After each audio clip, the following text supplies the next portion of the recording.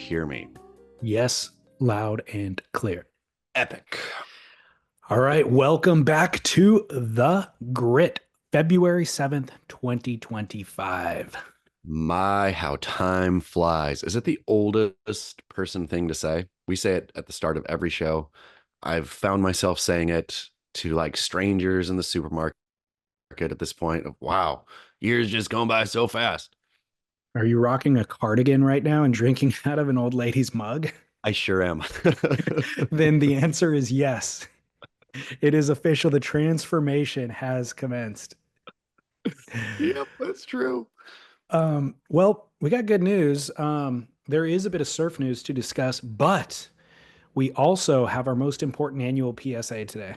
It's the one I feel if the grit has to die and go away altogether at some point, we'll have to revive just once a year for Yeah, this very important PSA. I agree. Once a year, we'll show up on 1 week prior to Valentine's Day to dispense advice that we have gathered from our listener group, some that we've earned through our years of romantic relationships, and break it all down into bullet points to deliver which gifts you should consider this year for your significant other and how to make them feel extra special on Valentine's Day. I am hoping, per our last discussion about gifting sweaty meat on Valentine's Day, that your Instagram feed is now filled with charcuterie for Valentine's Day spots. I almost messaged you yesterday because yes, it exactly was. And I'm like, what is this? And then I realized this is exactly what you were telling me about on Noble Rot. Do you want to do the bit again? For Yeah, I those mean, who didn't listen to Noble Rot? okay, so if you don't listen to Noborat, you just should. It's just a fine show. But in case you don't and don't have time to go listen right now, I've been getting served up uh, for the last like couple weeks, I want to say, the perfect Valentine's Day gift in my Instagram. It'll blare at, the women don't want chocolates, they want a charcuterie board. And this charcuterie board ships to your house and it is like ready to go. And the dude in the Instagram is always like opening it up, like, oh man, this is so cool. And pouring the olives into the little olive tray and then sitting back. And woman comes in, his date comes in, or wife or whatever, and is just so happy to have a charcuterie board for Valentine's Day. And David Lee and I discussed it. I can't think of anything worse to give for Valentine's Day than a charcuterie board. Uh, because it's not that women don't like charcuterie or meat. It's just that this meat was ships nationally, pre-sliced in a package, arrives at your door. Meat starts to sweat. And if you eat that volume of meat, this is a two-person party. You eat that volume of meat, you're both going to get the meat sweats after you eat the sweaty meats. It is not a romantic thing. It's Zero. okay. It's okay in a picnic scenario when it's freshly cut off the whatever, like in small amounts. It's meant to be an appetizer. It's not a full meal, and it's definitely not a full Valentine's gift.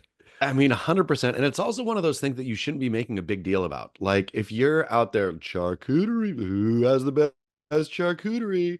Who's the charcuterie master? Like, no, it's something that you do quietly. Hope people enjoy it quietly. And nobody should ever say, to be quite frank, nobody should ever say the word charcuterie again.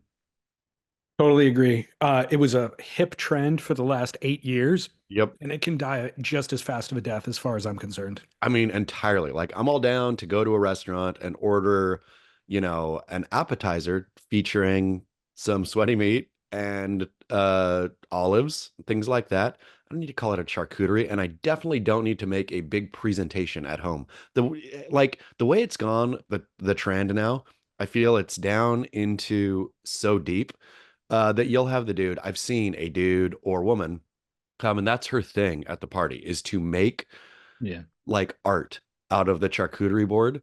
And then everyone will come and just say, ooh, you slayed that charcuterie. And it's no, none of it, all of it gone. Jill knows her way around a supersada. She knows the nuanced difference between supersada and salami, cornichon versus Yeah. pickle. Um, do you remember the first time you encountered the name charcuterie? Uh, It was probably around the same time that I discovered the name crudité, except said literally said called it crudites off menu for the like would order from the waiter. Yeah, I think I'm gonna get the steak, but why don't you start me off with the crudites? And then finally had a waiter say, yeah, that's okay. It's funny, but it's crudité. I was like, oops. So right around that time, I imagine. Here off the Hors d'Oeuvres menu, can you give me the crudites? I remember specifically where I was at, and I could probably approximate the year. I'm going to say 2008-ish. And it was, do you remember the restaurant in LA? It was called AOC. Yes, I do. AOC was, I forget the restaurateur's name. They had a second restaurant called Luke, which Yeah. is really good too, like the Olive. And that was part of their thing was they had a wine bar and then they had like all of these meats that like they dry aged themselves and all this stuff that they imported, and then a deli slicer. And so that was kind of part of their gimmick was you can, hand select these just a couple of slices of this, couple of slices of that, whatever. And I was like, charcuterie, how do you even pronounce that? Yeah. And that was way before it became in vogue. But yeah, I mean, I had sliced meats prior to that. It was just that name entered the Yeah. lexicon around that era. It's a real bummer. I mean, not to keep on charcuterie here, but it's one of those things where you're already tired of it. The trend, I'm already tired of the trend. And I know that it's the fact that it's getting served up on Instagram. I know it's just getting started. I know Yeah, that we've got yeah. another 5 years before we reach peak charcuterie. Well, look, it should only ever be eaten, just like with sushi.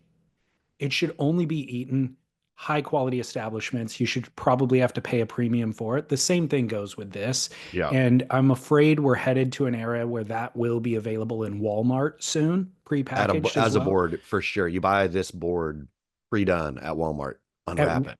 at which Wow. point you were just eating, face meat pressed into an animal intestine that is sweating in Walmart. Like it's the lowest quality, full of carcinogens, and you should just be eating McDonald's at that Yeah. point. Yeah. But you're trying to be romantic, and it's Valentine's Day, and Instagram fed you the algorithm. Also, in mixed company, refer to it as shark coochie and see if anybody notices. Hey, man, that's a beautiful shark coochie you made there. That's another fun go to. Nobody will want to correct you because they're not sure how to pronounce it either. And they're just like, Yeah. what is it?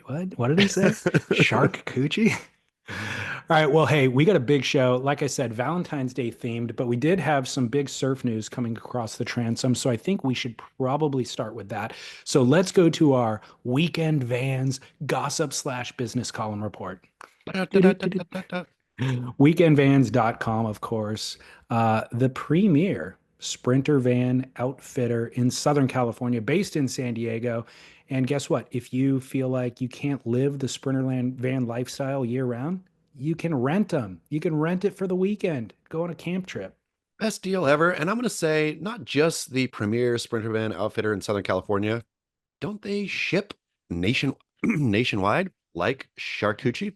They do indeed.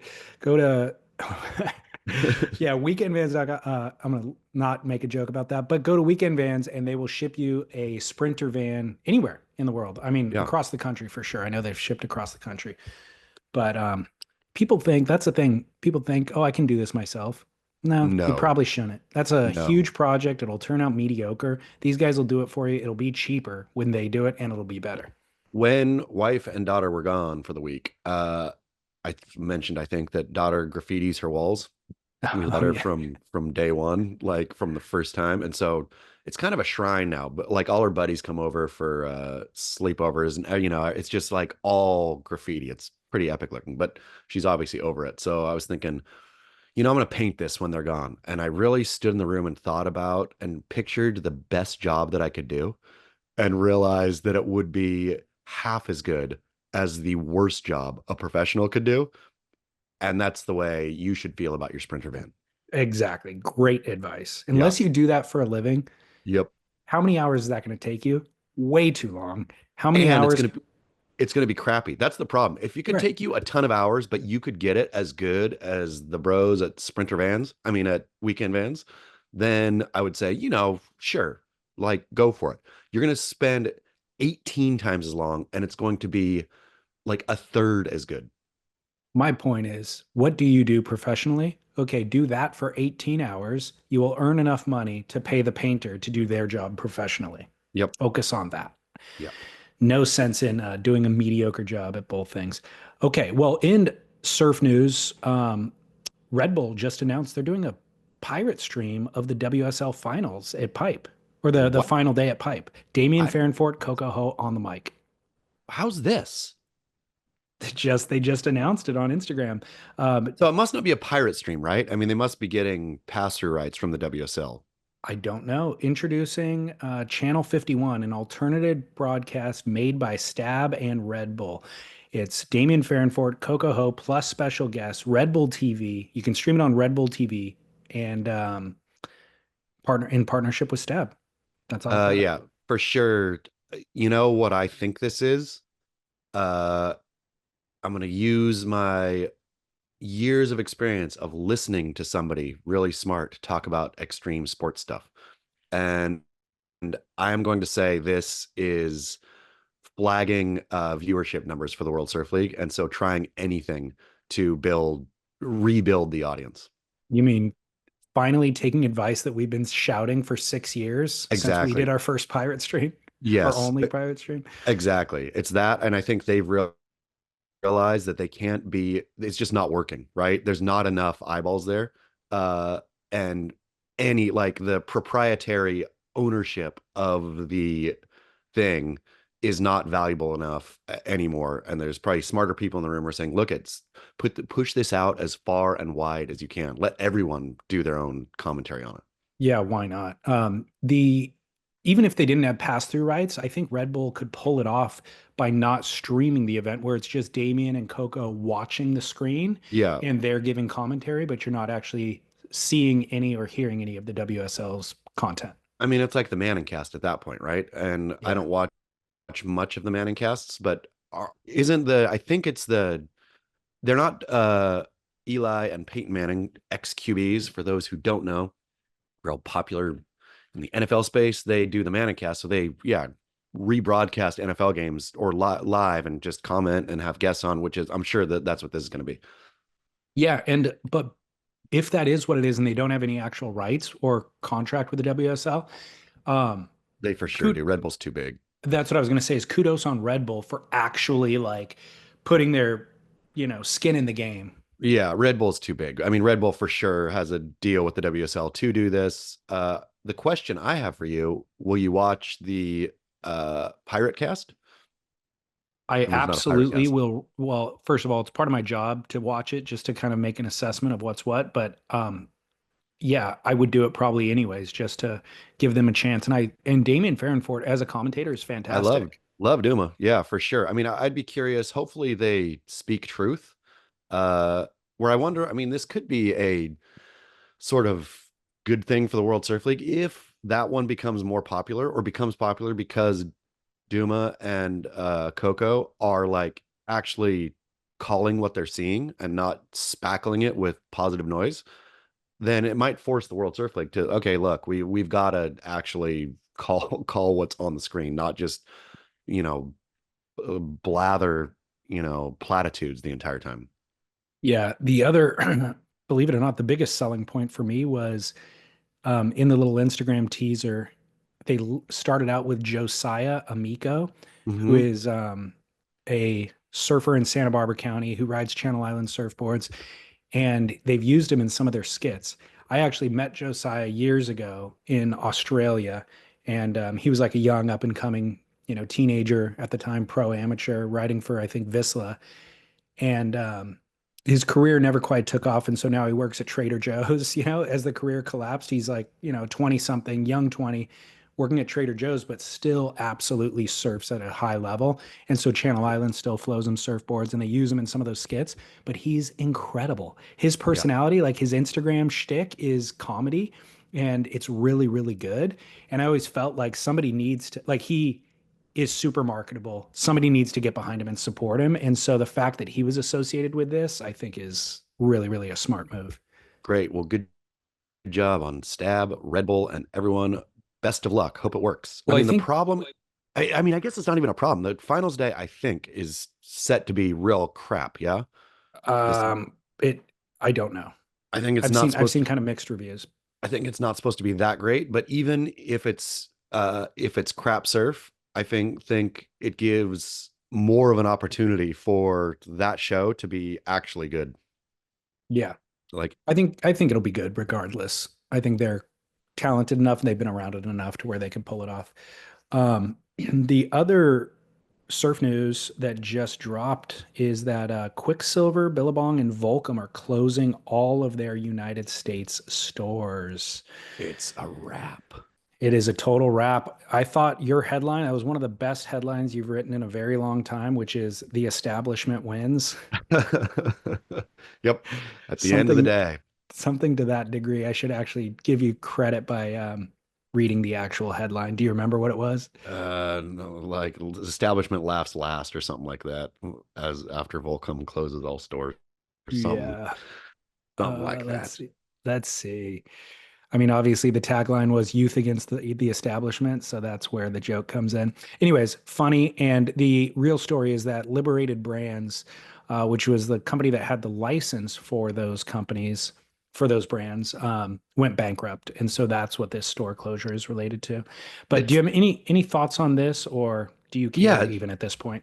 I mean, A, I don't care. B, it's just all a sham anyway. I mean, the Authentic Brands Group is a piece of garbage, a giant piece of junk, vampire company, worth billions of dollars that makes its money licensing images, basically, right? I mean, they have the Shaq license, the Elvis license, I think Marilyn Monroe, like, so they make garbage and put celebrities' faces on it. This is Authentic Brands Group. It's not a real company. They, got all the whatever oak tree brands, and plus Volcom. I think they had Volcom actually before they got Quicksilver or Board Riders or whatever. Uh, and then and then they in turn license their license to Liberated. Liberated goofs it up, so they take it back. Like Liberated, I think took on more than they could chew. I think Liberated was running like maybe just the Volcom license, running one of them, and then took all of them. And obviously, it went super south. So Authentic Brands Group will just take those licenses back and relicense them to somebody else. So we could all wish and hope that those were going into the graveyard and we could bury them and had a good run, Quicksilver, Volcom, Billabong, thanks for the memories, goodbye. No, they're going to be lurking like zombies for the rest of our lives forever. Do you feel any twinge of sadness about these brands that you felt spoke for you and helped form your identity as a youth that are now having the most undignified flogging to their bitter end? No, because like I like I don't know, the good on the owners or the guys who started those who made millions upon millions of dollars. And all of them, I hope they are all happy with their money. But those brands cease to mean anything, especially I don't probably once they went public, they really ceased to mean anything. And so, we do have our funnily enough, or like former or chapter 11 or Channel Islands or uh, you know, Florence or whatever. There are brands out there that are meaningful again. So that's why I feel good about where the surf industry is, and I feel very bad about those brands. And anyone should just torch them. Like you should just throw away any Volcom, anything you have. Do you, what about our listeners who are going and participating in the liquidation sales to get something at 80% off? I mean, sure, yeah, if you need a shirt to paint your daughter's bedroom in or whatever, like have at it, I guess. But you might as well pick the meat off the bones purely on a rag basis, right? Like if you just times are tough, wallet's tight, you need a t-shirt. Great. Go get one, a Quicksilver t-shirt for $8. But just like scribble out the logo. That's the older I get, I guess, whatever, I feel repulsed by that style of consumerism. Yeah. Like the idea of, you know, H&M or whatever, being able to sell shirts for $6 that are just basically disposable. Yeah. I saw value in that for a period of time. And in fact, I would even like, if I was going on a surf trip somewhere tropical, I would buy a few just because I'm going to wear it and it's going to get all waxy, wear it in the water, a white t-shirt, let's say, to deflect sun. And it's going to get waxy and I could just leave it behind, treat it disposable actually. But the older I get, the more I'm just like, dude, I don't want even more things in my closet. Like I have too much No. stuff. I want 6 shirts and I could do laundry once a week or whatever. Maybe I need 7 and do laundry once a week. And that's it. Less clutter, less to think about when I wake up in the morning, what I'm going to put on, any of that stuff. And if it gets paint on it, that's okay too. I mean, all that fast fashion, all the disposable, like consumer, just I'm buying junk for the sake of buying. Where, I mean, I watch it through the kid too, right? I mean, they hook you in at such a young age, just like the thrill of buying something, even if it's a piece of garbage, like just that little dopamine hit you Hmm. get from consuming, right? Which is, yeah, I mean, and maybe that those dopamine reactors get burned out by the time, but I don't ever remember really. I mean, I'm sure there was times in my life where I really like to shop, but I don't, or I don't know. I can't remember. Maybe it's just different now. Maybe the constant like buy is, yeah, it's just a disease. Yeah, completely. And so I encourage listeners, I don't know, don't go down that path. I mean, it's Yeah. easy there's always these liquidation sales going on. There's always New Year's sale, Black Friday sale, then Christmas sale, then New Year's sale. Now we're doing Valentine's sales. Like all of that stuff, there's always a reason to do it. And you just feel like you're getting a great deal. But again, for the vast majority, I could speak for Americans, vast majority of Americans, you definitely don't need another shirt. You don't need another pair of shorts. Like buy stuff that's high quality that'll last you and don't get caught up in that race. Unless you're a painter and then go buy your Volcom or Quiksilver or Billabong t-shirts just because I'm sure you're cruising through t-shirts, getting them all Um, painty. the Pipe Pro had day two. I think we talked about day one last time we did this, but it took about a Yep. week for them to run day two. Ooh. And they ran mostly women's heats all day. Couple of men elimination rounds and then women's elimination, and then the following part of the following round for the women. Um, did you watch this? And Uh, what are your uh, thoughts? I watched less. It was just awful, right? It was terrible surf, and so it was hard to stay engaged. I was impressed with the women surfing, in terms of, just the progression in women surfing is seems like it dials up 50% year on year. Does So that's impressive to watch. But other than that, I mean, and I won't even blame the WSL for this. They got or you can blame the curse of Eric Logan. They got garbage waves, and it's really hard to watch that at Pipeline. I feel like it was just the ocean was a mess. It was like, it was just crap. It was crap. I thought so. Day one wasn't proper pipe, but it was a lot more consistent and rippable. Day two left a lot to be desired. Like day one, I felt even though it's not proper pipeline, it's still better than what Abu Dhabi is going to offer, Yeah. what Rio is going to offer. Like it was still better than a lot of other venues on tour, but in the conditions of day two, it was a lot less exciting and almost not really watchable. But there was huge upsets and especially consequential for the Survival League. Yago Dora got eliminated in the elimination round. And this is a guy who was almost in the top 5 last season. He was a pick for a lot of people to be in the top 5 this season and a potential world title, considering that we're going to end at Cloudbreak. But poor performance straight out of the gates. I mean, getting dropped on the first event has to hurt. It's insane to me though. Isn't it insane that they knew, like, I don't know how. I honestly don't know how anyone goes into the World Surf League office to go to work and is able to hold their heads high, realizing that, yeah, we have limited swell windows always, even in the best of times, a swell lasts this long. We will run for basically 2 days to lose 4 surfers off the men's So side. insane. It is insane. How do you not start today with when you have I mean, throw Yago back in and run today and it's single elimination. You lose, you lose. You're gone, you're gone. No business would ever make it to the inception point if part of their business plan was dependent on this many variables.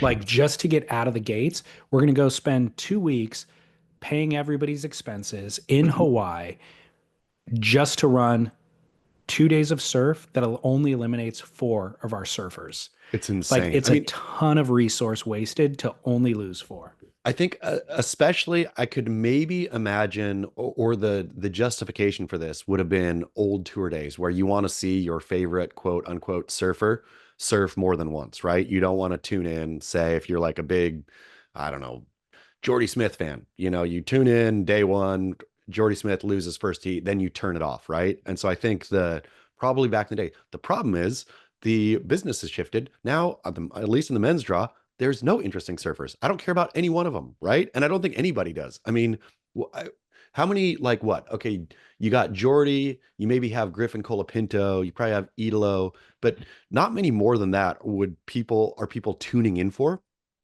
Kelly Slater, maybe even still. But other than that, who cares if, random loses to random? I want to watch some surfing, but yeah, like nobody cares about the draw anymore. I honestly feel the lackluster names on the men's side, the lack of star power makes running 2 days of surf to drop four no names or four names who cares even more ludicrous. I think the original idea was the ocean is always going to provide variables that may it just makes it an unfair playing field.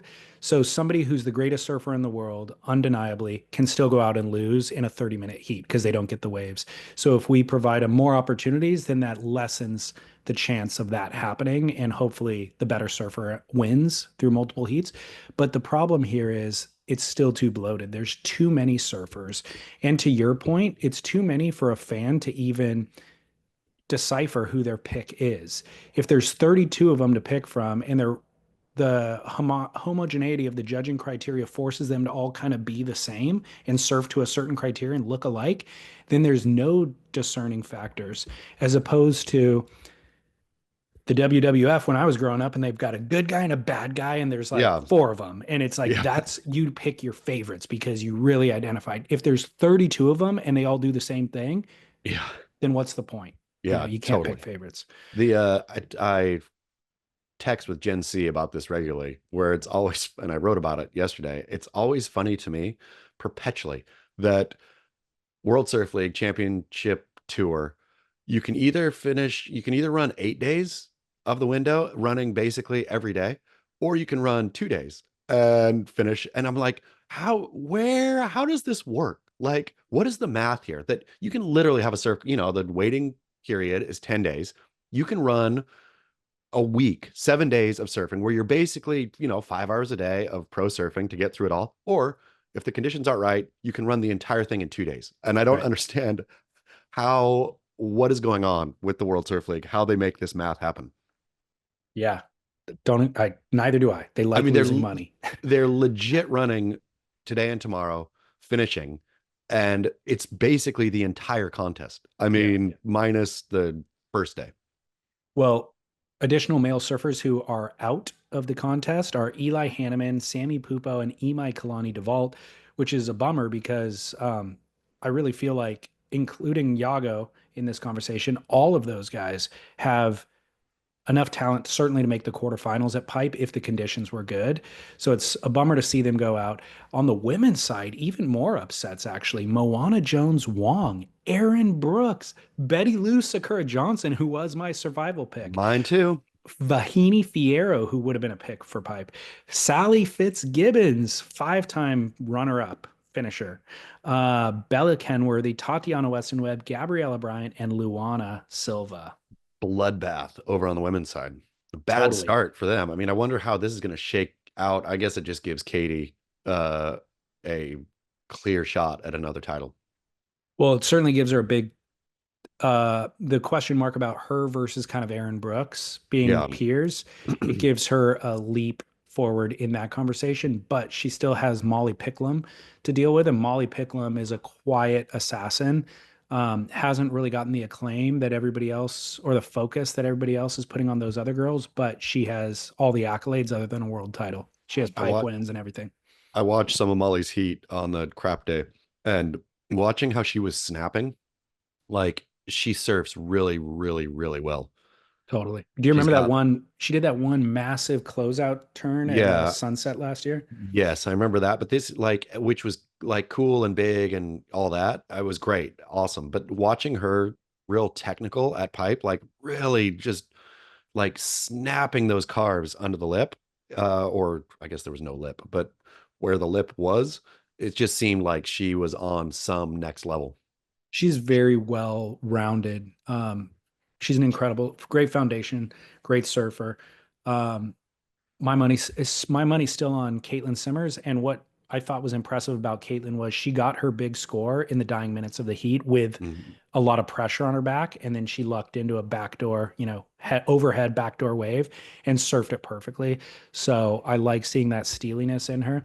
The other surprise was Isabella Nichols, who I've always felt like I like her style, and she's got a certain she rips in small waves, but I always felt like she was a little bit dainty and didn't have a lot of power. Surprisingly, she was the surfer of the day. She got a couple of 8 point rides and like legit backdoor barrels. So, I mean, to the point, your point of the WWF, old time WWF. I feel the women's tour, again, said it once, say it a million times, is more exciting than the men's this year. Uh, because it's both smaller and because the names actually mean something. Like I think mhm. the the surfers on the women's side haven't yet been, I feel, filtered into the judging criteria quite yet. And so the distinctive way they surf is still there and enjoyable to watch. Yeah, to way more enjoyable to watch them surf than the dudes, I think, at this point in the Well, season. yeah, they're delivering on a lot of the a lot of the conversations that we've been having. Just a bummer to see Aaron Brooks go down so early, but I'm sure she'll be back. Yeah, no problem for her. Well, let's get into some highly important Valentine's Day recommendations. This email came through from a listener a couple of months ago, and I saved it for today. And this is a longtime listener, Keith in Rhode Island, who we both met at the boardroom show this past year. Yes. And he chimed in. I don't know why we were talking about significant others, but we were. And then he emailed and said, or we were on the phone and he goes, "Hey, buddy of mine developed these things we call the 5 S's. And I'm going to email them to you. Maybe it's worth discussing at some point. But I know you're in a committed relationship. You probably don't need this now. But for anybody who is out there searching, these 5 S's will help you get rid of the riffraff and lock in the winner." Well, look So at that. I know. So this is kind of real concise, broken down into 5 simple things to look for in a partner. He wrote an email and he said, "Over the course of many and many, many years and many drunken evenings, sitting under the stars by the pool after a day of tropical surf in Costa Rica with my unmarried friends, we began an earnest discussion about what makes the perfect relationship. Having been married for 34 years, I feel my input would be useful, if not vital, to the perplexing problem of finding the perfect mate. We figured the rules apply for both men finding a woman and uh, vice versa.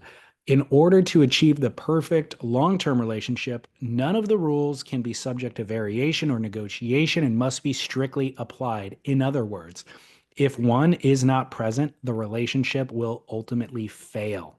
Here are the 5 S's in no certain order. Wow. Your partner must be number one, single. Number two, sexy. Number three, solvent. Number four, sane. And number five, sober. If all are present, the stars will align. He sent a follow up email to clarify sober doesn't mean they're in a program and they don't touch any sort of alcohol or drug. It just means they're They don't not a have a drunk. Yeah. problem. Yeah. They're not an addict, Wow. basically. Okay. So let's go through it again. Sober, Let's sexy, start at the beginning. single, Single. Number one, single, single. Is essential. there a workaround, or does that make sense to you? If you're out in the market dating and you meet somebody, is it a mandatory thing that they should be single for you to have a successful relationship with that person? I'm gonna say no. They have to become single. uh, instantly, but they don't have to be single at that moment, I'm going to say. Well, when you engage in your relationship with them, because what I think he's clarifying here is that if your relationship starts with them in another relationship and then they ultimately decide to break up with that person, he's saying that's off limits. That will not net a win for you in the end. I hear that, but I do believe there is like a, if, and again, you see somebody and it's just lock eye, instant connection. That person goes home and breaks up with significant other, and then you guys get together. I don't think there can be overlap or much overlap. There can be Correct. some That overlap. in that scenario, you just met this person, but you weren't in a relationship with them until they broke Yes. up. Yes. But I think you can have like a little bit, like couple days of like, you know, sparks are flying and then but that person better break up with other quick. Like that Well, has to end and not linger. sparks can fly, but you can't start hooking up until they're officially broken up. But I'm gonna still kind of side with Keith here in that it's a bad jumping off point. Like I if that was a serious relationship for the person.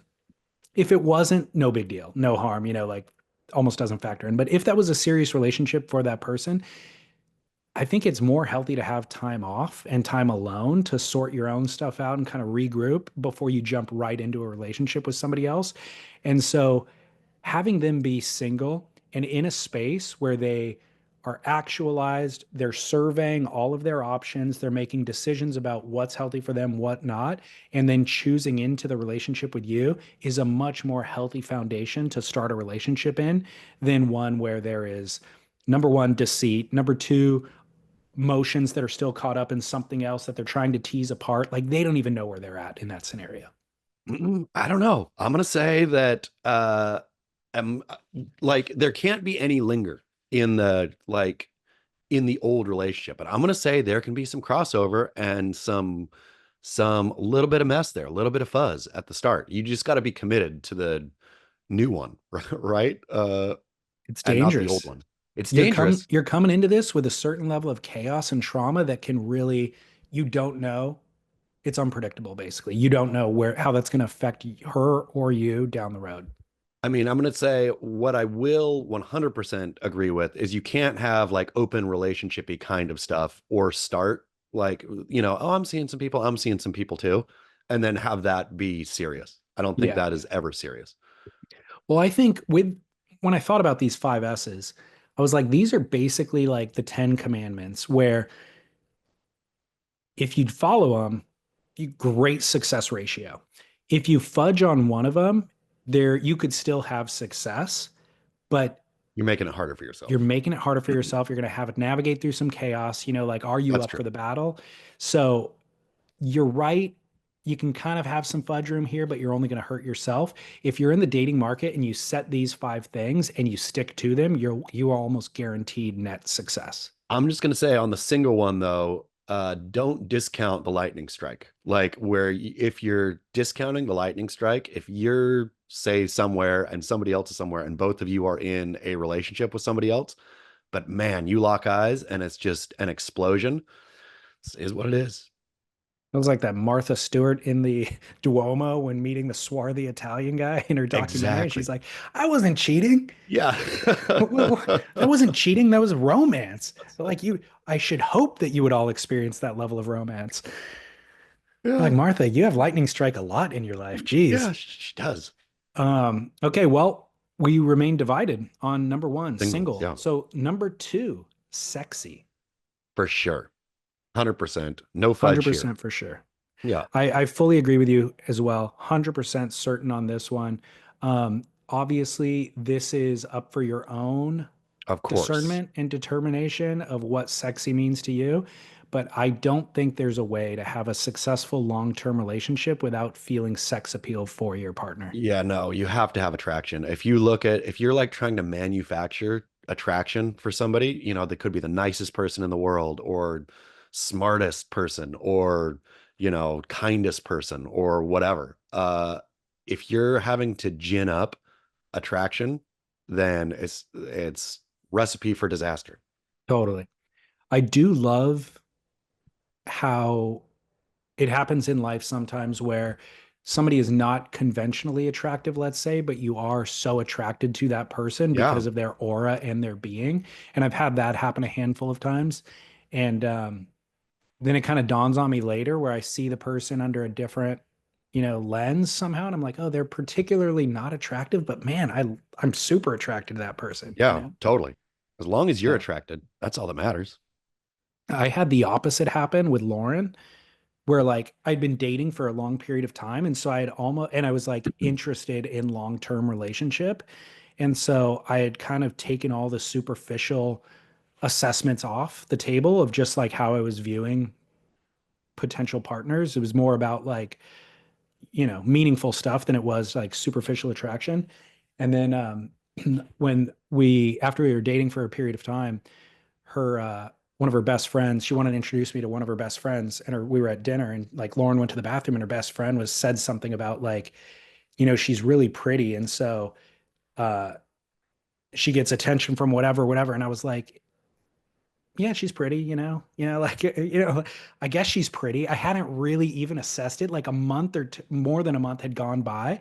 And then she said it and it like reset. And I had to like look at her under a different lens a little bit. And I was like, yeah, you're right. She's attractive. But I mean, a lot of people that I've dated are attractive. You know what I mean? Like to me, it was like, it was really weird actually that Yeah. I hadn't even, I think that I was driven by an attraction, but it was subliminal and I hadn't really like thought about it on a superficial level until her friend brought it up to me. And then I looked at it and I'm like, oh, okay, yeah, you're right. This is what the other world sees, I guess, the rest of the Do world. do you think you should have the sexy like front and center in your mind to as you're going what shopping as you are looking for a partner? Not intentionally, but I think it just is. Yeah. I think it is maybe more for some people than it is for others, but I think just as it is an innate human characteristic to where certain people are attractive to you and others aren't. And that is at the forefront of your mind. And so if you encounter that person and you are drawn to them in that way and they give you some attention, boom, it like titillates something chemically in you. There you are, 100%. So, okay, we're all in agreement. Sexy. Number three, solvent. And I looked up the definition just to be sure that we were all talking about finances here and not Yep. something else, make sure there wasn't an alternative definition. And it, in fact, does mean having assets in excess of liabilities or an ability to pay one's debts. Yeah. Uh,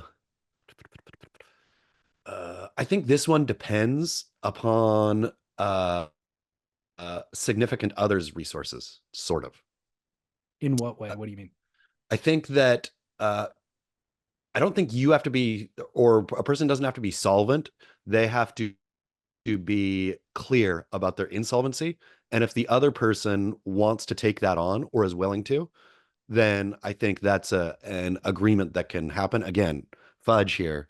There could be some animosity about carrying this dead weight around or whatnot. But I think if the insolvent person is clear to say, hey, look, I'm this, this, and this, but I'm 40 grand in debt is what it is. And that other person is, let's say, old money billionaire, and Yeah, they're like, 40 grand, what? I'll write you a check. Like, let's just get no rid of problem. that and live happily ever after.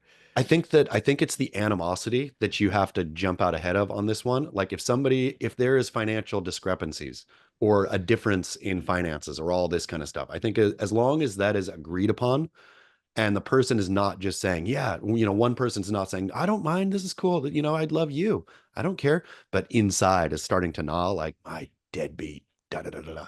That goes bad quick. But I think if you're clear about your solvency, if both people are 100% honest about it, then it can work in multiple ways. So, what I like about Keith's uh, addition here with solvency is it also indicates something about that person's character and organizational skills. So, like, if that person is an adult out there dating and they've got the rest of their life kind of in order and they know, what their income is and what their expenses are, and they've managed their life that way. Like that just shows you somebody who's you can just dive into a relationship with, and you don't have to do a bunch of additional work in growing up, you know?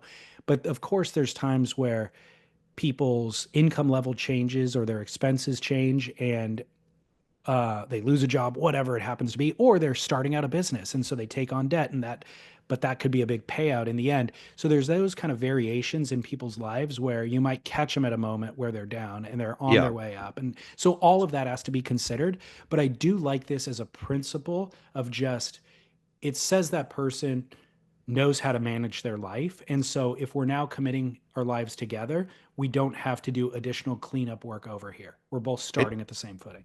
I mean, it is in terms of uh yeah, like getting off on your best foot, I would say sure. The problem here is though, I'm gonna say with solvency and a little bit with singleness, is we're having a WSL judging problem. Is you're flattening the field and to a real certain few styles, right? This is what we're judging. We're judging backside hacks today, and that's all we're judging is backside hacks. Where I don't know, you sometimes you want somebody to blow it out and do a big old air. And I think like for, I don't know.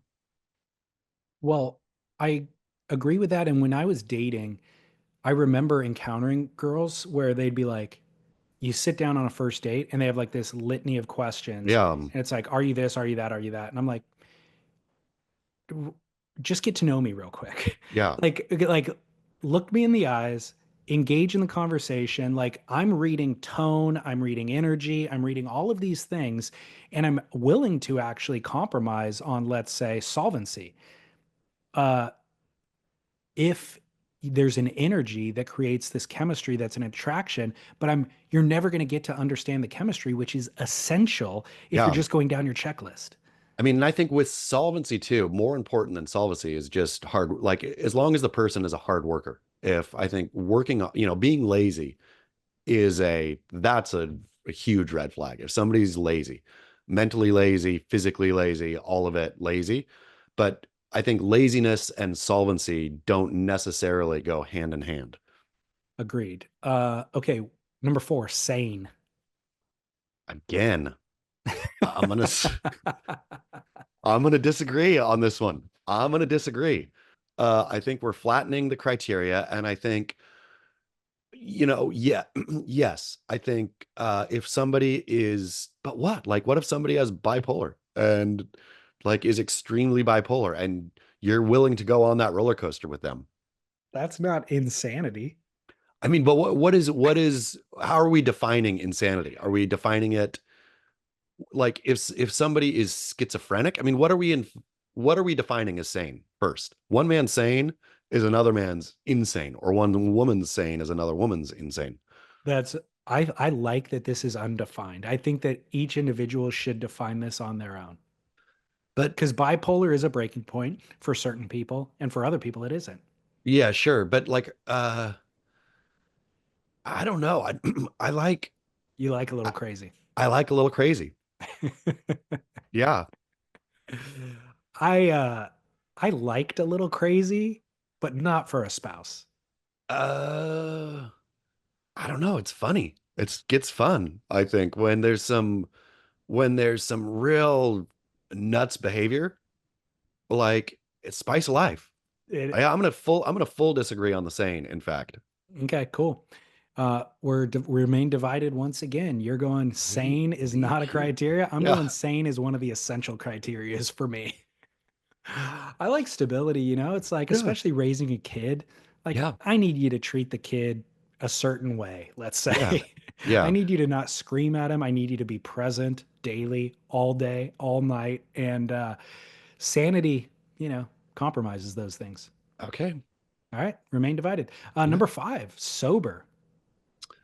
Yes. I mean, I think that if somebody has an addiction or cannot, is not capable of stopping behavior, then that's real trouble because you're not just in a relationship with that person. Now you're in a relationship with their, addiction. Totally agree. I think we're on the same page here.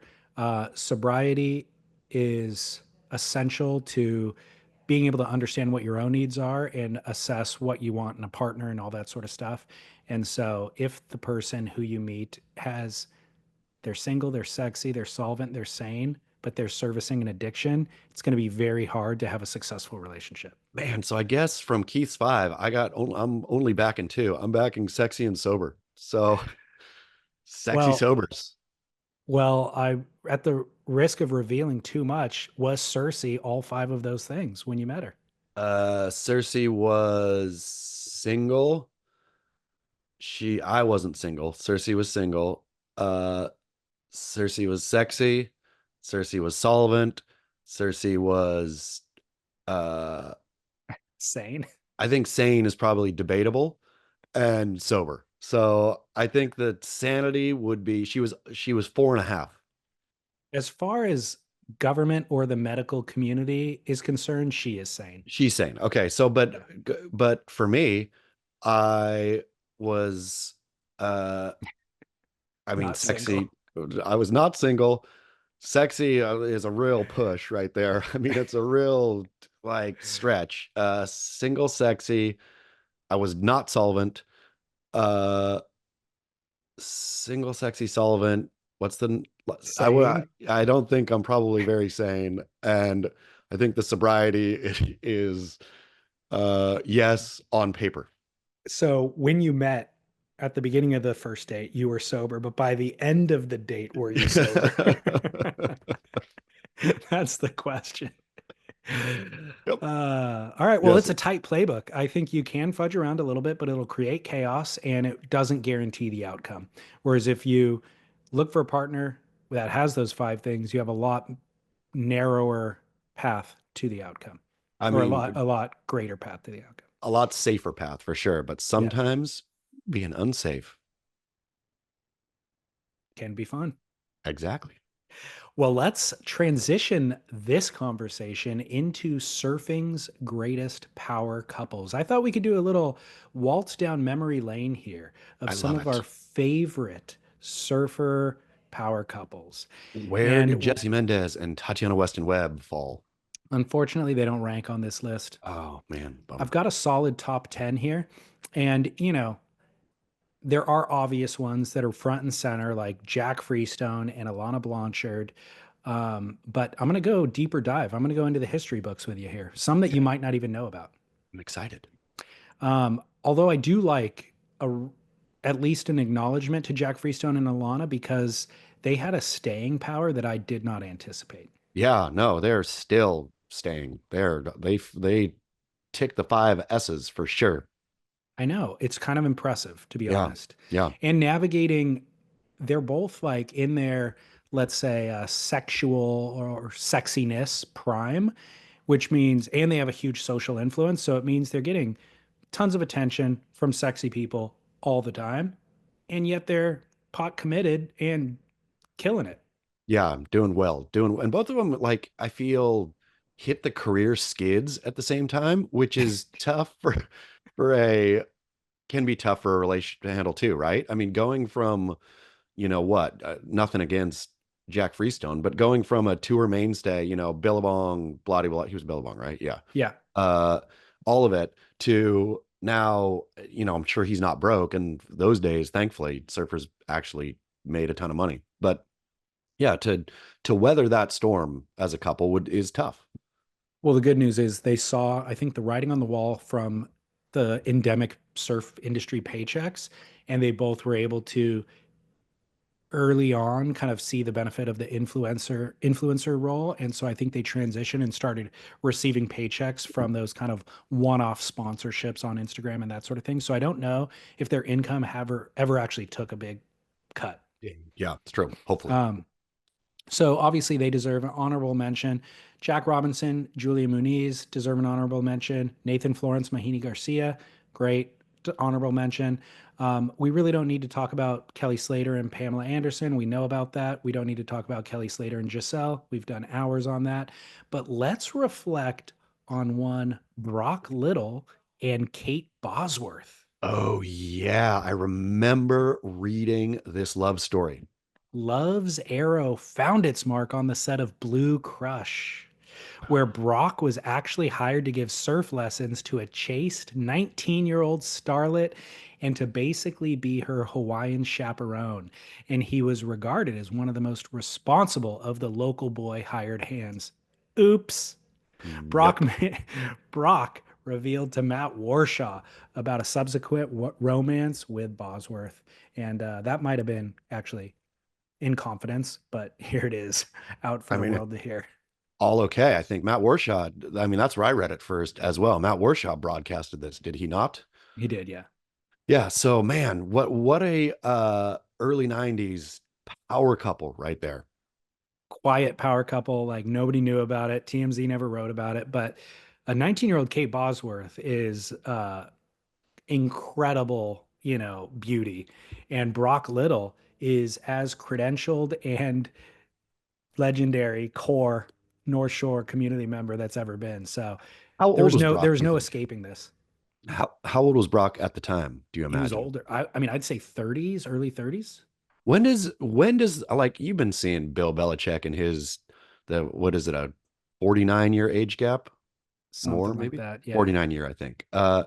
When does it become absolutely foul? I mean, I feel the Belichick one is foul. It is like it's disgusting beyond, and I can't believe that they go public. Like they were just, I think, at a awards ceremony or something last night. Bill Belichick and his girlfriend, like the acting like it's normal, and I'm like, you that is this is disgusting. It is absolutely gross in every single way. I'll tell you what, the perfect kind of litmus test, but unfortunately, it's for the younger person to assess. It's you and I can't see this and make this judgment. It's for her to assess, and it's the naked dude's butt. Oh And if yeah, it makes you want to vomit, exit the room. Get out of there yeah, as quickly as you can.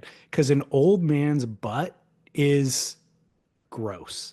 man. Like yeah. I can't. I got to Ugh. stop thinking about So Bill if Belichick right now. if they have the lights off and they are having fun in the dark, and then he flips the light on and walks to the bathroom and she vomits in her mouth, that's when she Leave. needs to exit. But I mean, I wonder if Belichick's like young girlfriend, if she has something mentally wrong, right? Like, because why are you with a 80-year-old dude? She's like 24 or something.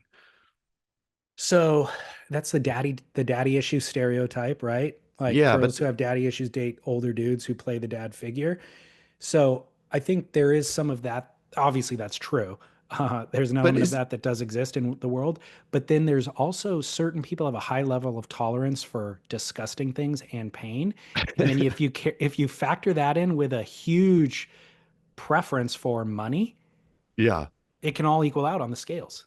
I mean, I get it, but each one of those I feel is basically a mental illness. And so when it gets trotted out in public, like Bill Belichick and his girlfriend, and people are like, "Oh yeah," like it's like, no, no, somebody's got to tell that girl you have major mental problems, and we need you to know that. Call for help. We're here. We're not going to normalize this. I guess. I mean, I don't know any girl or a guy who has self-esteem issues who you then tell they're beautiful and capable, it's in one ear and out the other. That does not solve it for them. Yeah, I guess so. Well, poor Bill Belichick's girlfriend. I But wonder if yeah, she's I wonder if she's seen photos of them together. I I mean, all mean, you have to do is look in the mirror. it's crazy town. It's crazy town to me. But yeah, that is not Brock. I mean, Bill Belichick, I maybe would have thought Brock, that's a little bit much to go for a 19-year-old. But in light of Bill Belichick and whatever her name is, then it's like, oh, wait, there's only a 15-year age gap or something. Good on you. See, the Brock thing, I don't know why I'm thinking that he was 32. He probably was. Maybe I read that at some point long ago, but I thought she was 19, he was 32, and that was like, oof, it's a risky move for the 32-year-old. But in this scenario where it's like Hollywood is calling, they're putting you here to get like all of you can get caught up in that romance. And if Sure. it's consensual, like she could be a very mature and actualized 19-year-old who is like, this guy's badass, he's sexy. I want to dalliance. Like I want to figure out what's what with this guy. I know it's not going anywhere, but I just want to entertain this for the time that I'm here shooting this movie. then by all means, no harm, no foul. Yeah, I know. I'm good. I'm good on that, especially in light of Bill Belichick, who blew the Yeah, scale. So now yeah, that looks totally normal. completely. Yeah. Yeah. Um, Number two on my list, in no particular order, by the way, Richard Kenvin and Stephanie Seymour. When was this? Before the billionaire husband and before Axl Rose sued her for domestic abuse, Stephanie Seymour was just another 19-year-old supermodel with a drinking problem headed for rehab. As a 1988 In Fashion magazine cover story put it, quote, one of the good things to come out of AA for Seymour was a total surprise romance. That's where I met my boyfriend, she said, deep blue eyes sparkling. I fell completely in love with him from the first moment I saw him. The new man in her life was Richard Kenvin, 26 years old and a world class surfer. Seymour pulls a picture of him out of her tote bag. He looks like a cross between Alexander uh, Godunov, and Don Johnson, sorry. I never liked blondes before, she says, but he's different. Nice. Whatever happened to Kenman? He's in San Diego, like still surfing, and he was doing this hydrodynamica project that never kind of saw I the remember final. that. Yeah. That's where I heard him last. Okay. Yeah, just working on it was like a book and a movie about Simmons uh hull, basically, the Yeah. surfboard Okay. design, the hydro or the twin keel Yeah. hull design, and how that's influenced all of surfboards ever since, basically. Okay. Um, and that never saw the light of day. I have no idea what he's doing now professionally or anything like that, but he's still around, still surfing, and apparently dated Stephanie Seymour. Epic. Power I know. couple. I know. Shocking. Sean Thompson and Tracy Austin, the former world champ and the youngest ever U.S. Open winner. She was a tennis player, sparkled at the 1985 Surfer Pole Awards. Thompson was described as George Hamilton, Bruce Jenner, and Prince Charles all rolled into one. And trust me, kids, that description meant something back then. The Sean Thompson, peak Sean Thompson, I think you could argue is the handsomest surfer to ever live. I'm most debonair. I will put Sean Thompson over Kelly Slater. I would say Sean Thompson over, I mean, yeah, I mean, it's Sean Thompson, world's sexiest surfer in his prime. Hard to argue. Yeah. Hard to argue against. Yeah. Uh, Honorable mention, we'll just throw it out. Laird Hamilton and Gabby Reese. Yeah. Classic We power couple. we all know it. No need to dive deep, but Yep. power couple. Number six, or actually, I don't know what number we're on anymore. Mike Diffenderfer and Raquel Welch. Whoa. Look at when was this? Technically, she was still Joe Raquel Tejeda, and Diffenderfer was just a semi-preppy teenaged golfer. But didn't their La Jolla high school classmates step back in awe when these two started going steady? And on the dance floor after the game on Friday night, we were the best dancers in all of La Jolla, Diffenderfer once told Steve Pesman. And if there wasn't a wink and a nudge between the two men, I would eat my woolen cap. That was written by Matt Ooh, Warshaw. So yeah, nice. Diffenderfer and Welch apparently went to high school together in La Jolla Wow. Well, good. Good for both of them. and Sexy couple. dated. I Yeah. know Raquel Welch, she's Yeah. incredible. She's the female Burt Reynolds. Exactly. Yeah, that's a great point. Uh, Duke Kahanamoku and Doris Duke. I Two knew this one. two Dukes. This one's been Dukes. written about more. Yeah. The world's richest woman, the world's best looking man, the matching names, and their matching height. Both were 6'1", believe it or not. Wow, As Doris Duke was tall. I know. So, as with all Beach Boys celebrity partnerships, this was never supposed to go public. But Duke was rich enough and free spirited enough to not give too big of a crap about what the rest of the world thought. Plus, her relationship with Duke took place during World War II when all bets, or a lot of bets, were off. Tragedy was a mainstay in Doris's life, and such was the case with Duke. One their love child died one day after birth. So Oof. apparently they got Rough. pregnant, had a kid together who passed away. Man, that is tragic. One day after birth. Oof. but that validates that they were in fact a couple and not just rumored. Yeah, nice. I like it. Yeah. Well, this one I think is a little bit more timely. Kaipo Guerrero and Madonna. Of course. I mean, this one is the classic, especially because there's nice photo documentation.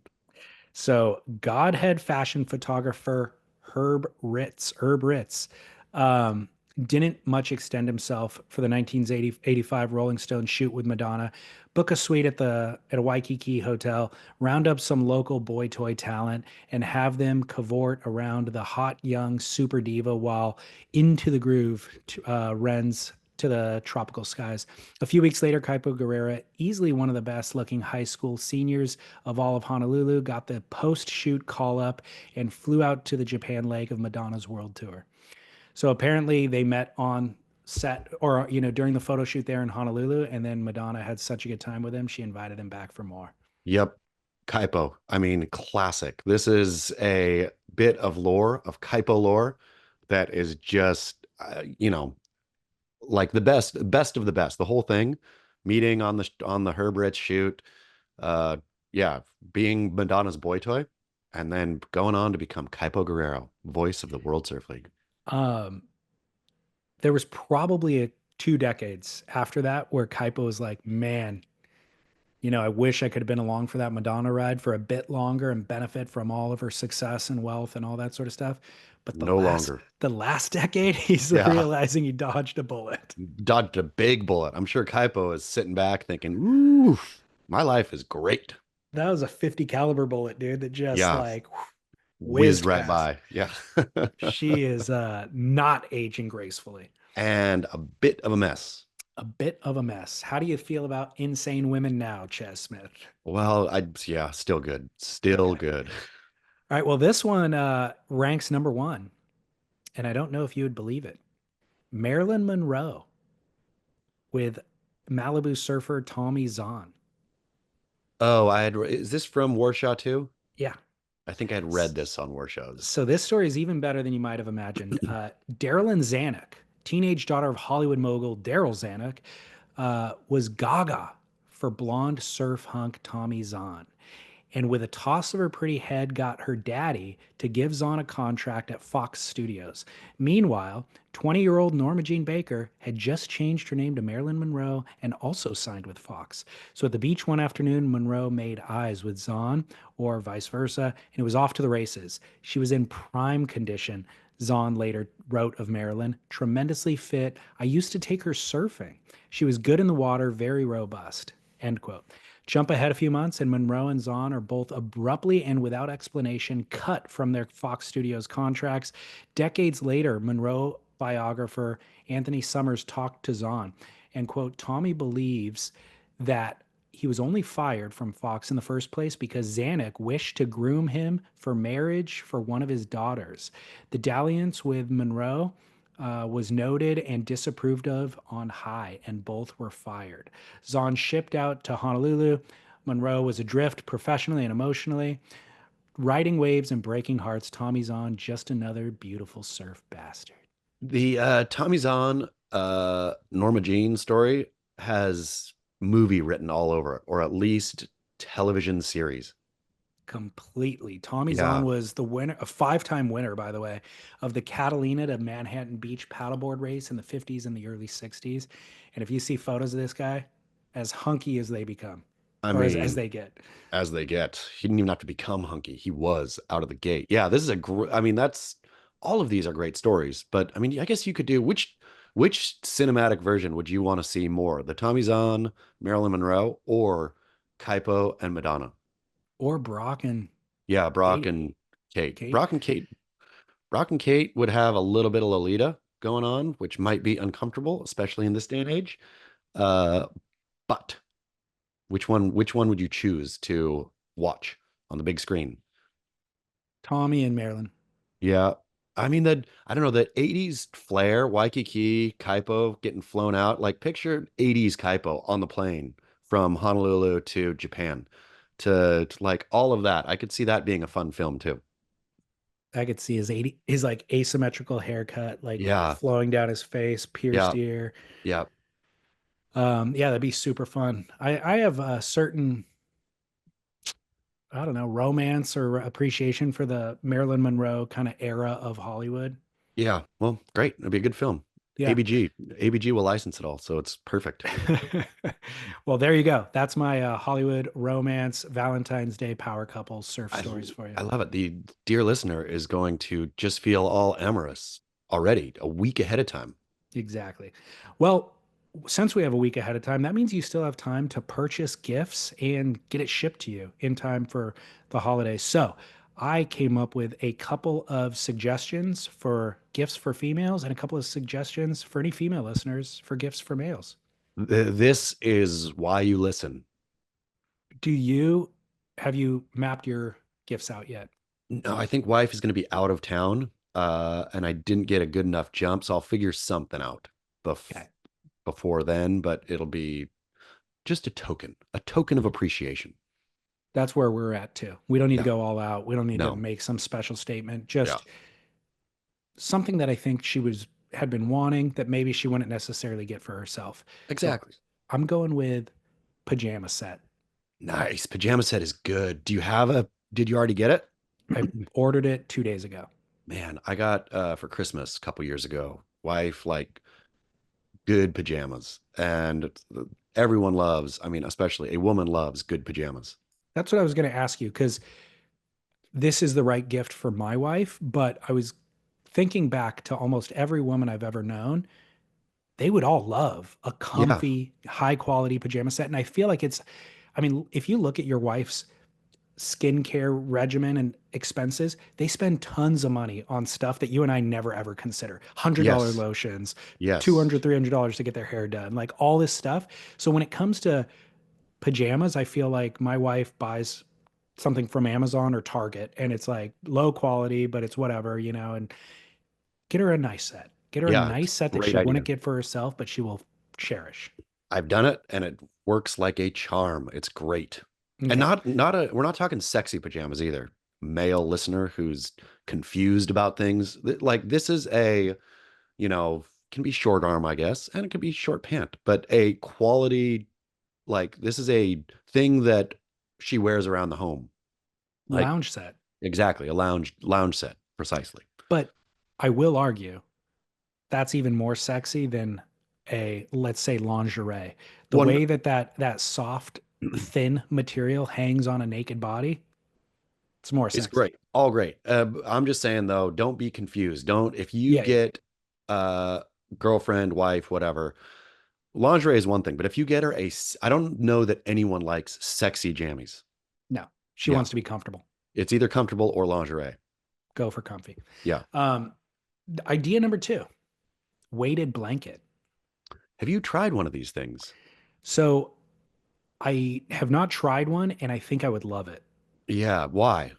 I love being cozy. Like in bed, I love weight on top of me. I've never gotten a weighted blanket, but if I have like two or three comforters You and I feel can good. feel that compression, I do sleep better. Okay. Okay. I've seen the weighted blanket trend come, and not that I dislike, not that I am one of those who sleeps above the bed. But the weight thing, I guess, is just not my kink.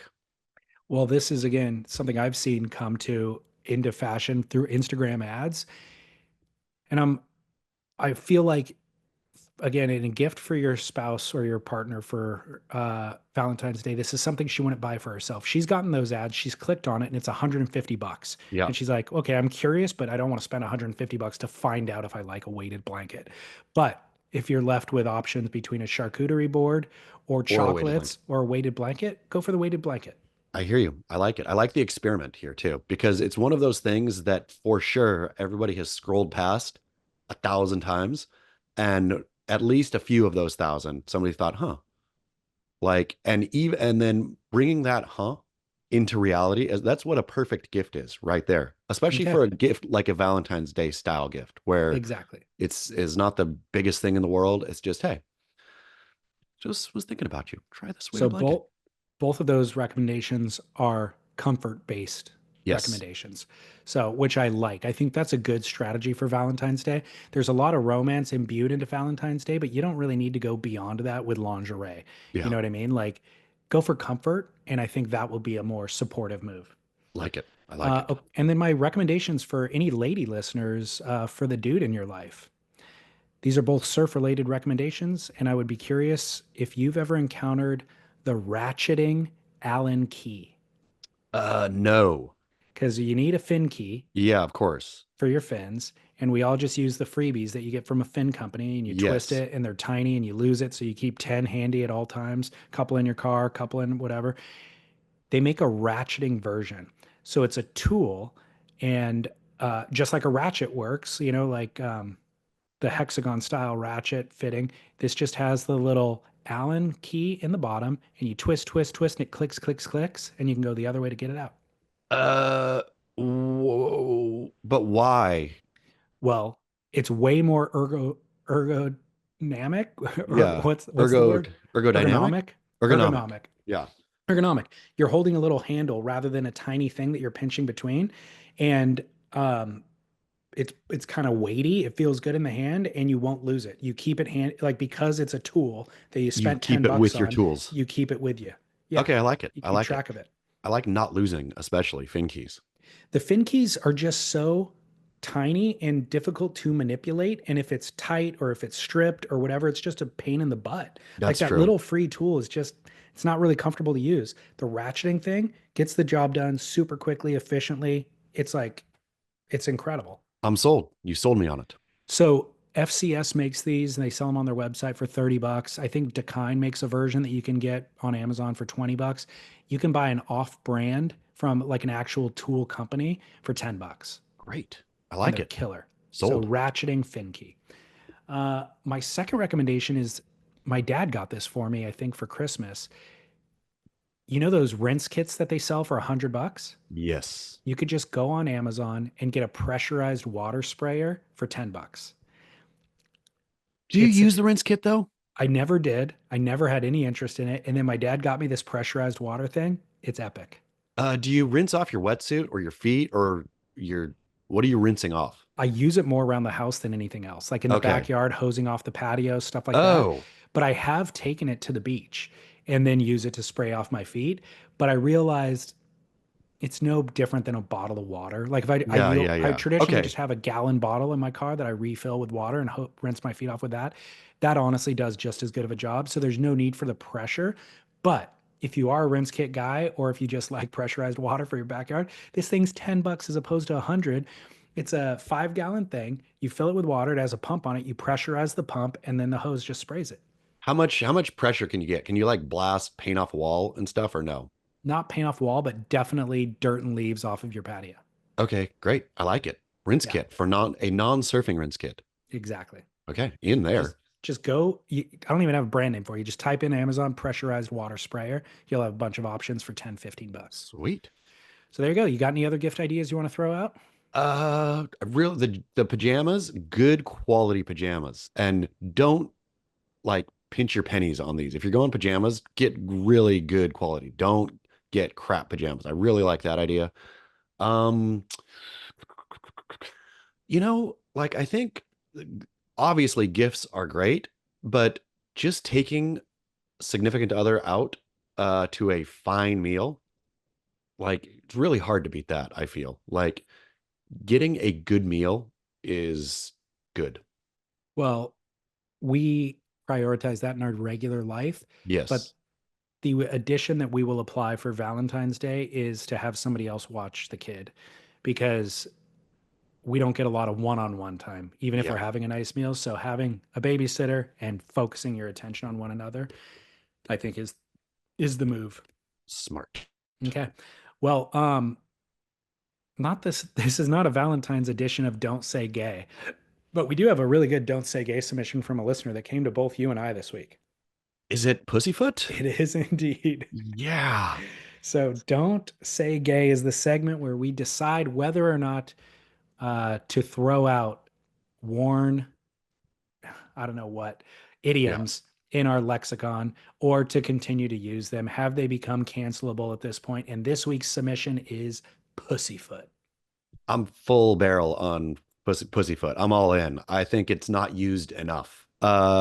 I'm assuming the etymology for pussyfoot is pussycat foot, right? Is you're tiptoeing around something. But the meaning is super clear. It's crystal clear. When somebody says stop pussyfooting and do this, you know exactly what they're getting at. You don't have to puzzle or pause. So I really like it. I like the directness. And again, especially, I don't think anybody thinks of it anatomically. I think, you're not, I don't know, being a pussy or a sissy or whatever, that's all what it is. But pussy footing, I like the best. The reason why I also like this is I don't like it as a term to refer to the anatomy. No, I don't either. It's No. like the last term I would use to Yes. refer to the anatomy. So I want to disassociate it from that and actually rebrand it specifically for cats. Pussyfooting. It's Yeah. great. It's perfect. I love it. Yeah, all in. Stop pussyfooting. Get after it. We're keeping pussyfoot in our lexicon. So the term pussyfoot may also refer to the nickname of prohibitionist William E. Johnson. Johnson earned the nickname for his stealthy tactics in fighting bootleggers in Indian Territory, now Oklahoma, around 1906.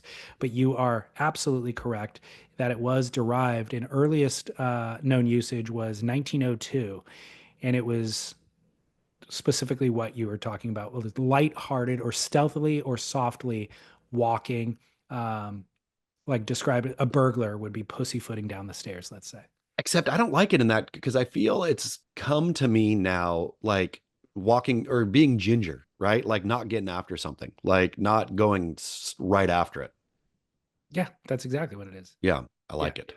Yeah. All right. Pussyfoot is staying. Staying. Um, I also got a from a listener. We were talking about Bundle of Hiss. Yeah.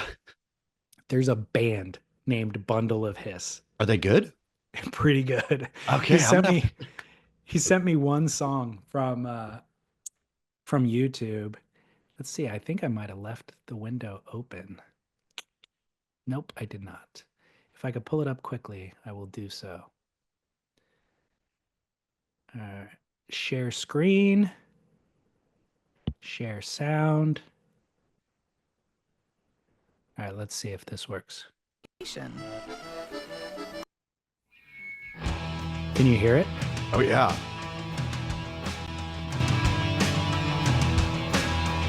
Oh, Bundle of Hiss is good.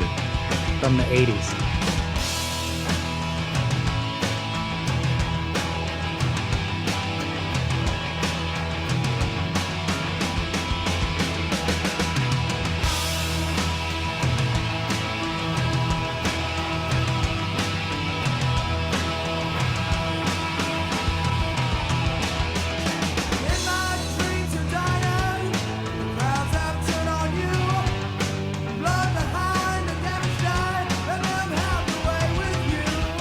I think really good. That's amazing. I'm fully gonna start listening to Bundle of Hiss. Yeah, really good. And educated. They knew a lot about the heart anatomy. Completely. Wow. Good find. Thanks, I know. listener. I know. Listeners are the greatest. Like, did he just randomly Google it or did he know about Bundle of His? Like, this song has been on YouTube for 10 years and only has 3,000 views. That's So it's not amazing. well known. We are gonna jack Bundle of Hiss. Bundle of Hiss is gonna have a full rehabilitation. I know. Well, I mean, that music we could use for intro music. Like, that would fit our Yep. podcast, you know? I love it. It would fit the WSL's surfing recap footage. Fit everything. I know. Pretty impressive. So thank you, listener. Thank you, Bundle of Hiss. Okay. Well, hey, we've done some good work here, but let's take a break. We earned it, and then we'll be back with some barrel or not. All right, Chaz, welcome back. Man, I hope the listener is feeling. I mean, look at the gifts you have given to dear listener. You have given them guideposts or ways to find somebody. You've given them things to give when they find somebody. It's all good. It's all good here on the grit. I agree. And with enough time to still benefit from free shipping, probably. Yeah. So, 1 week, 7 calendar days. so you're welcome for that. Yeah. Kind of related to Valentine's Day. 2 nights ago, I finally watched Baby Girl. Oh yeah. What'd you think? Awful. Yeah, it's not good. It's not like even the romance doesn't pop. Like the whole thing is It's straight yeah, up not good. it's just Like not a good film. I had high expectations. Like the in the trailers and even like the imagery posters or whatever, like the aesthetic of the film, I thought I was gonna like. Yeah. I like the idea of like a sensational retelling of this old trope, you know? Yeah. It wasn't sensational. There No. was no chemistry between the characters. The Nope. dude was totally miscast, I felt. I never bought into him playing the role that he was playing from the get-go. And it tried to be sensational with like showing some like Nicole Kidman kind of masturbating or whatever. Drinking milk. Yeah. It wasn't No. sexy at all. It was like No. just awkward. The entire Yeah. thing was awkward and not No. good. And then the way it ended too, I was like, that's it. It's a bad movie. It is like no consequences is just it's a silly bad movie. It's a like I think the worst, the most damning, it's a waste of time. You get done with it and you think I wasted my time. Totally. Totally felt that way. Yeah. Um, Also, steer clear of the new Reese Witherspoon and Will Ferrell. Oh, okay. I wasn't really tempted, but I might have accidentally been tempted. No, we had a house guest and she put it on, and so I never would have picked it. The premise was terrible, and then they continue. I was like, okay, well, this is just the beginning, like a premise. They're going to go a different way. Nope, they doubled, tripled, quadrupled Yeah. down on this premise, and I was like, it was awful Okay, good. to the bitter Glad end. glad to know. I mean, we should do public service. What not to watch is more valuable, I think, than what to watch sometimes. There's plenty Yeah. out there that you want to avoid. Yeah. That's good. Well, coming off of Keith's five S's, I started making notes of my own of some recommendations for how to execute um, things that will help. Like once you apply his five S's and you find a relationship, and now you're kind of in it, and you want to look at, we want to go from 5 years to 50 years. What does that 45-year span look like? I have some recommendations. Okay. Square footage, Ooh, yeah. very helpful. Uh-huh. These could be my own S's actually, because Yeah. they mostly start with S. Um, Separate bathrooms. Ooh, wow. What about How do just you, a separate sink? that's also very helpful, but Okay. separate bathrooms, I think even better. Yeah. I How do like you it. feel about that? I mean, great. If you can manage a separate bathroom sitch, then good on you. Okay. Goes along with square footage, I suppose. I suppose so, yeah. Yeah. Separate streaming accounts. Uh, yeah. I don't You're watch mid enough. you're okay. You're midway Yeah. through a series on Netflix, and then your wife is a different part of the series or whatever, or Yes. she comes in and she starts watching a bunch of, Real Housewives, and it starts changing your algorithm for what it's going to feed Yes. you. I see how that. I see how a your own streaming service would be a gift that would continue as the AI learns and all this would be you'd really think, how did I live without this once you went down that path? I'm in that I I'm fully in see it. I'm in that path, and my wife is not as diligent as I am to like click on your own profile.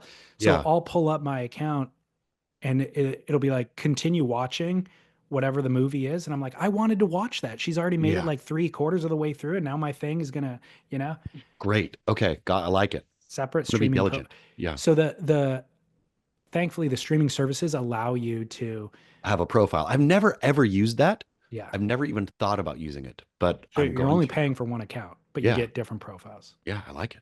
So those are three important recommendations. And I had another one that I think is a little more controversial, but a good fight every once in a while.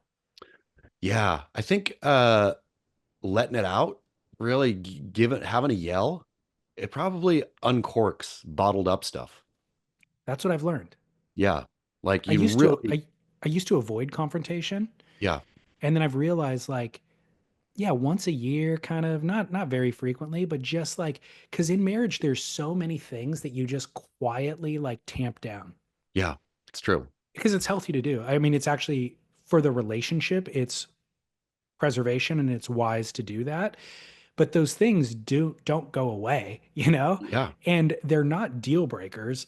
But if you can they do kind of all come to a head at some point. And I don't know what necessarily will trigger it, but if you find yourself needing to get it out, and she's got things that she needs to get out too, and you can Have kind a of just fight. have a fight, it Yeah. feels good. And It it feels does. good afterwards. You have Yeah. zero animosity. It's It's like great. all of it's torched. Feel It's great. true.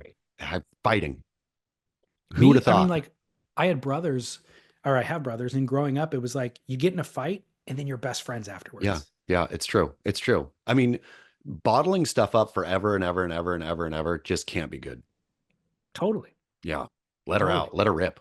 So those are my recommendations to you for longevity once you're in that committed relationship. Once Square you've footage, separate bathrooms, separate streaming accounts. Go ahead and have a fight every once in a fight. while. Yeah.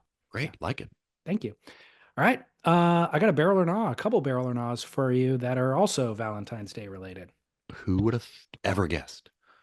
Keeping the proverbial box of photos or mementos from past relationships. Oh, this is a no barrel. I mean, if you have something that is valuable in there, like if, say, X gave you a Vare watch, go ahead and keep that Vare watch.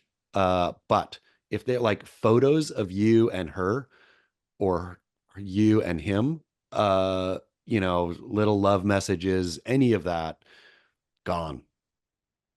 I'm a So I, big, I'm a big anti-archivist. Anyway, like you're just adding clutter to your house that's stupid. well, But it's all gone.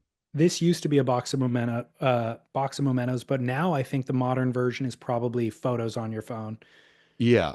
or I mean, maybe even Instagram. You know, there that person's still on your Instagram in the past or whatever. Um, I feel a little bit more mixed than you do about this one because if it triggers you emotionally to feel nostalgic and feel like there is unrequited love, then you need to get rid of it. And yeah. that's definitely not healthy. But Yeah. if you just have a box of things that were like part of your past life and you open the box and you see photos of you and an old girlfriend in there, you're like, oh, that was sweet, or whatever. And you throw it aside with, your childhood report cards or whatever. I think that's totally fine. I think That's that's totally healthy. fine. Yeah, that's fine. That's fine. Like I was thinking like an actual box of mementos from that relationship, like love letters and pictures and friendship bracelets and pressed flowers or whatever it might be. If it's a shrine that you're worshiping, that's a Yeah. problem and you need to probably get rid of it and address what's going on there. But I personally feel like my life's experiences all informed me to be the person that I am now. And it feels weird to me to try to like eradicate and blockade past memories and experiences. I've 100%. I agree. I agree with that. That like to overly erase shows some odd behavior, Yeah, but also to overly indulge shows some odd behavior. Like there needs to be a middle ground of having it and not caring about it. totally agree. That's where we're landing on this. And it's also totally inappropriate for the your significant other to try to dictate what that is in your world. Yes, exactly. Unless you are overindulging, then Yeah, like I think it's fair for spouse or girlfriend or boyfriend to say, "Hey man, this is weird. Like you it's at this point it's him or her or me." correct. Yeah. Yeah. This has an unusual influence over you. You Yeah. need to really address that. That's the Yes. conversation. But if they just found an old photo of you with And an then freak ex out. Yeah, and no. freaked out, then that's not cool No. either. It's So, weird. okay. All right. Well, barrel or non number two, having your spouse's phone code. Uh I'm gonna say if that's like a specified thing, due to trust, I'm going to say that relationship is likely a no barrel relationship. Uh, if you need that, no barrel. But just having it. Do you have Lauren's? You Hell you could no. you couldn't get into Lauren's phone? No. And I couldn't care less. There's nothing in there that I need. I I have to get into wife's phone sometimes to like find stuff. Uh, I don't know There's what been I'm times, finding, well, but yeah, there's been times where she hands me her phone if she's driving. She's like, "Hey, can you look up so and so's number? The code is blah blah blah blah blah," and she gives me the code, but I didn't yeah, commit it to memory. okay. Yeah, I mean, I think if you need that, then there's a real problem in the relationship, a real root problem. So what we're identifying here in today's barrel or Nos segment is it should be a non-issue, and if it's an issue for you that you don't have your partner's code, that says something. And if you are like I'll give her my code if she wants it, you know, or but she would never ask for it. Yeah. That's kind of the position you want to be in. I mean, the best and most freeing, I think, is if anyone basically picked up your phone or any like, oh, we'll just say spouse, significant other at this point, picked up your phone and scrolled through that you would have no zero like, ooh, uh-oh, I hope they don't stumble upon dot dot dot. Right. Yeah, but Exactly. maybe some people like that vision. I sure don't. Yeah, I certainly don't either. I don't even I have no interest. Like I I don't care what's on there. I don't Yeah. care. I mean, anything short of you're having an affair and concealing information from me, or maybe massively in debt you took on, you know, whatever. Like anything short of that, I really don't care. Like Yeah. if you're just fantasizing about something that you're embarrassed to tell me about, go ahead and have your fantasy. Like I don't want to look at your phone. That's you. Enjoy your privacy. Does Lauren read romance novels? No. Okay, yeah. What if she did? What if she was like super like chewing through like steamy ones too? Like I let's wouldn't say care. R-rated plus, but let's say Have fun. but she was reading like, six a week. Wouldn't care. Okay, good on She you. could have a porn addiction. I wouldn't care. You know, like you do you. I mean, that doesn't affect me, you know? That's amazing. Yeah. I mean, do That's- you? Would you care? I would care, yeah. I would say, hey, like you're either not getting something out of this thing or something's going on here that we should at least look at. I don't know. Maybe it revs her up. Yeah, I I don't know. mean, I guess I would at least have the conversation. Yeah. Okay. Yeah, I'm fine Yeah. with that. I think communication is definitely one thing we haven't even talked about today, but that is key. Yeah. Um, okay, final barrel or not. Uh, Gifting flowers for Valentine's Day. I'm gonna go barrel. I'm gonna say flowers are time-tested, classic, traditional, and some things ain't broke, don't fix, right? Like the giving flowers, I mean, from time immemorial have meant something. Uh, and they're great. Flowers are great. And you walk into a house, if you walk into a house that has like fresh bouquet, where the homeowner or apartment dweller or whatever is serious about their keeping their flowers fresh in their house, it fully adds like a good 25% ambiance to the whatever room. There's a real artful way of doing it too, you Yeah. know? And people who are good at it are good at it. You It don't go to makes a the grocery difference. store and get crappy tulips or crappy roses or whatever. You don't, you gifting flowers should, I think people think it's a no-brainer and then they go wrong there because you actually have to really consider what flowers you're getting, what type of flower, the arrangement, is it going to come in a vase? Is it going to come wrapped in brown paper? Like there's a lot to consider when giving flowers. There's definitely going cheap and getting them at the grocery store for convenience is sending the exact wrong opposite message. It's showing that you weren't very thoughtful and you waited till the last minute. But you're right. There is a tasteful way to do it. The other thing that I found years ago is just you can find really, really cool vases on Amazon, Oh yeah. like modern, hip, various whatever designs for whatever your house decor is. But that's another great thing you can get for $10 with a little forethought. Get that in advance, and then when you go get the flowers, put it in that. You're a winner. Yeah, well thought out flowers rank very, very, very high, I think, on anyone's list of things to Well, get. it's like I was saying when I thought back of girls, women that I've known, they all like pajamas for some reason. I've never met a girl who didn't appreciate flowers. Yeah. Nope. I mean, It's a like stereotype for a reason. I've seen the one who will claim grouch, kind of like, oh, you're just giving me something to clean up later, right? They're gonna die and blah, blah, blah, blah. But I don't think anybody actually believes that. Okay, good. Yeah. Well, go with a classic here on Yeah. Valentine's Day, Classic. in addition to your weighted blanket and pajama purchases. It's a nice evening. All right. Well, Chaz, anything else that you want to discuss before we let the people go?